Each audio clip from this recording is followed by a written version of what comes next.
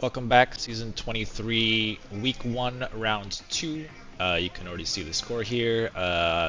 New numbering system still a little confusing, but I didn't drop any and this might be the most efficient I've ever been. And my opponent dropped 3 attacks, but again, they did not have a Nihilus, so just have a natural advantage. And the defense was also fairly light, so you'll see here that I just kind of overkilled pretty much everything. Also, if you hear any screaming in the background, it's because my girlfriend is watching the World Cup, so somebody probably scored a goal or failed to score a goal, so just ignore that. Let's see how the attacks went. And I realized I forgot to go over the defense, so I'll just do that real quick. So Room 1, Phoenix Force with Minerva and Songbird.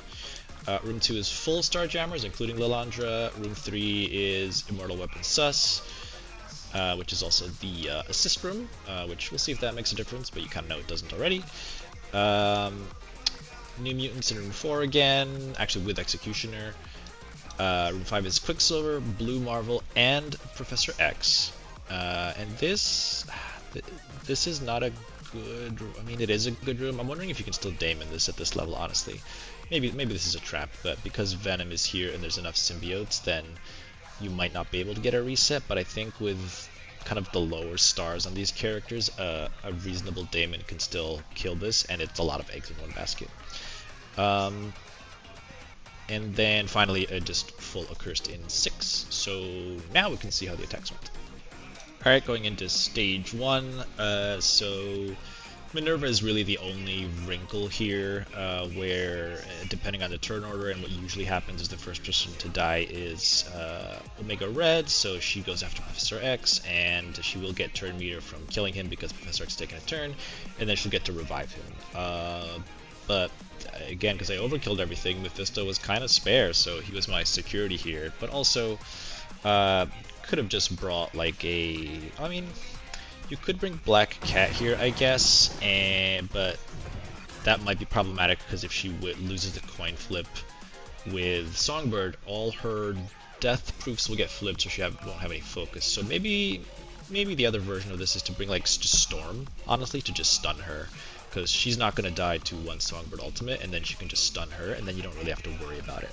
But anyway, Songbird goes, these two have evade, so it doesn't matter, nobody else is going to die to just her, although Mephisto, yeah, he just takes so much damage, dude. How big is this Songbird? Let's see. But yeah, so it's kind of funny to me always, because, I mean, this is his base, so he's closer to like 40 million with 800k armor, and yeah, Songbird alone just took away 30% of his health, which always feels a little weird, but I guess a lot of his stats are baked into his battlefield effect, and it's not up. But yeah, I was gonna see 4 Diamond Songbird. Yeah, so she still hits pretty hard. But yeah, she has more armor than Mephisto, which is kind of funny. Anyway, then Jeff goes, clump everyone onto Omega Red. This is always fun because the Time Warp went onto Gwen. Magneto goes now, does this on Omega Red and Gwen, neither of them are going to die, and Professor X is just going to bring all that health back and remove everything. Kill Omega Red, and here you'll see the trap basically, because Omega Red is dead. Now she got turn meter because someone died, and she will do her ultimate, and would normally revive Omega Red here, and that is a problem. But because Mephisto's here, it doesn't matter. But anyway, Gwen goes, does her ultimate, basically kills everyone. But I'm pretty safe still because I've got Gwen at 127 and Mephisto at 127, and neither of them have gone yet, and they're guaranteed to go before a Dark Phoenix. So I am not in any trouble whatsoever. So Gwen goes, kills him, and then we just kill her within Empowered Basic, and that's it. So very safe. But yeah, little Minerva trap there, but as long as you're aware of what to do there, it's not too impactful, and I don't think this is a very strong comp anymore. I think the first few weeks when Minerva came out, you could kind of fall into this, but I think it's common enough where it's no longer a trap, so I would look for something else on defense. This is how you know that I overkilled everything, because for stage 2 I used Breaker and Odin and Thunderstrike and Blastar. This is insane overkill. I just had so many options. But anyway, this is just kind of funny to watch. So Breaker goes first.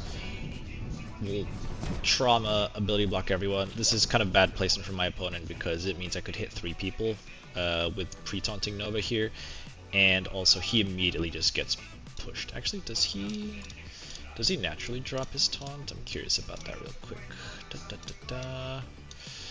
Let's see. Loses charge or taunt, heal self. While charged. Why did he drop the taunt? Am I forgetting something that Breaker does? He clears barrier. Oh, he clears charge and taunt. Huh. Interesting. So yeah, he cleared the charge and taunt, and then did terrible things to him. So I don't know if that was lucky because he's got a lot of focus, but I think Breaker focus is actually extremely high naturally. But anyway, yeah, this guy got blasted. Then we do an Odin swipe. They're almost all dead. Yeah, just a series of unstable singularity on Nova killed him. Then the proc from Darkstar killed the rest. Groot did not revive. That was probably a little lucky. And then one more turn, which is retaliate here. Yoink, bonk. So yeah, just procs on procs, 3 turns, the end. I'll just run through this one quickly because it's super standard. If you've watched any of my videos before, this is kind of what I always throw here. And so the core is always Black Knight, Old Man Logan, Dakin, and then Ares or APOC plus 1 more character. In this case, I just threw Quasar in here. This is also the assist room. I actually could have done slightly better with assists. Like, I should have made Quasar a Raider, because everyone else is assisting anyway other than Black Knight. I didn't care enough to make him anything other than a fortifier because he is going to eat a few assists, and I didn't want him to accidentally die because he solos Sus, and the only way this might fail is if this guy dies to assists early and then Sus runs rampant. So anyway, let's see here. This happens. Actually, I think my opponent could have made this trickier if everyone was going to assist here, but I think only, let's see. So Iron Fist, where is it? Okay, so Iron Fist is not assisting, Swordmaster is not assisting, he is. So I think if Swordmaster and Iron Fist were both, let's say, Raiders / Skirmishers, I don't know that I'd feel comfortable running this, because I think this guy might die. He's at half health, I guess, but anyway, they didn't, so we can take advantage of that. So then Dakin goes because of the early speed bar from the stealth on Sus. Now we get a bunch of assists as well. And Old Man Logan, by the way, has stripped the charges here, so they're going to take a lot of damage. Now, obviously, the only problem with the assist is that the basic from Sus is going to hit anywhere because Black Knight dropped his taunt because he went too low. So I'm just going to say I get a little lucky with where it went because it did hit Old Man Logan, and generally that's a good thing, but also with how many assists you get in this room, it honestly just doesn't matter. But anyway, Old Man Logan goes, does his thing. I still stunned Iron Fist just in case, but you can see a bunch of the assists coming through here. Then Dakin gets to go again because everyone is slowed, so he kind of laps everyone. Boop, assists. But yeah, here I could be getting Quasar assist as well, and you know, I'm kind of wasting that.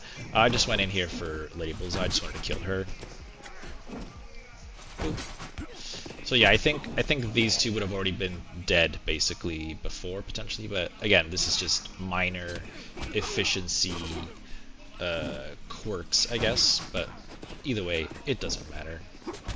This is just this team, even without the room rules, just crushes it. Now I think most people will start running New Avengers Sus instead of this because they also stop speed bar, so Old Man Logan can't like run them all over. But we'll see if that's actually worth running. I don't know, I'm just thinking out loud at this point. And last attack, assist, the end. As with yesterday, I'm just going to skip over stage 4 because it's exactly the same as before. You just daemon this. I will almost always daemon this because I don't have a curse on offense, so this is kind of always the answer I have. Executioner doesn't change it at all. Executioner does mess with most counters, and the room also messes with most of curse counters, but Brimstone is still the go-to here for me. Otherwise, yeah, overkilled this as well. So Quicksilver, Blue Marvel, Professor X versus full Symbiote 6 and Annihilus. Very excited.